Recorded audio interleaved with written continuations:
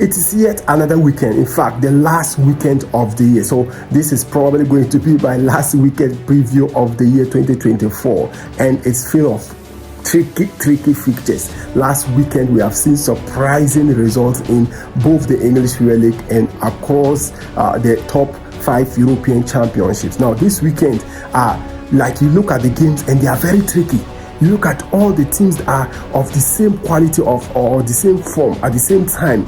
Like it's very difficult to predict this weekend game, but we'll try our best as much as possible to get you the right predictions. But make sure you like this video, share, and then subscribe to my YouTube channel. Now, the Manchester City will kickstart the English Premier League early kickoff against Aston Villa at the Villa Park, which has proven to be a very difficult place for Manchester City. They got beaten at the Villa Park by 1-0 last season, and Manchester City are on serious hotels.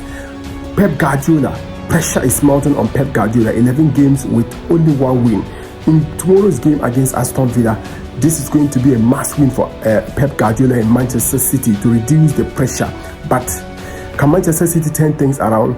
I feel like they can turn things around because Aston Villa in itself, they are not in their form. They are not in their form. They got beaten by Chelsea 3-0 at the Villa Park. So I see Manchester City getting a result out of this game, a 2-1 win for Manchester City. Now, Nottingham Forest will take on Brentford. Brentford is holding the home record in the English Premier League, and Nottingham Forest, they have one of the best defense. If not lately, they've started conceding goals.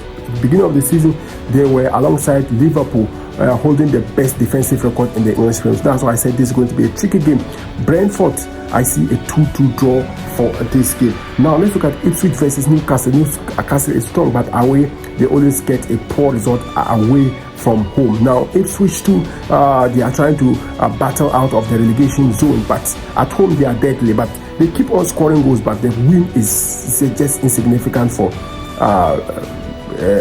Ipswich Town. So I see Newcastle beating them by 2-1. Now let's look at West Ham versus Brighton. Brighton has dipped in form. They have dipped in form, and West Ham, I think they prefer midweek or Monday games. Or Monday games, you can rest assured back your points ahead of behind West Ham. But this game, can they literally pose a threat to Brighton at the London Stadium? Also, Brighton has not lost a game at the London Stadium. That is crazy, man.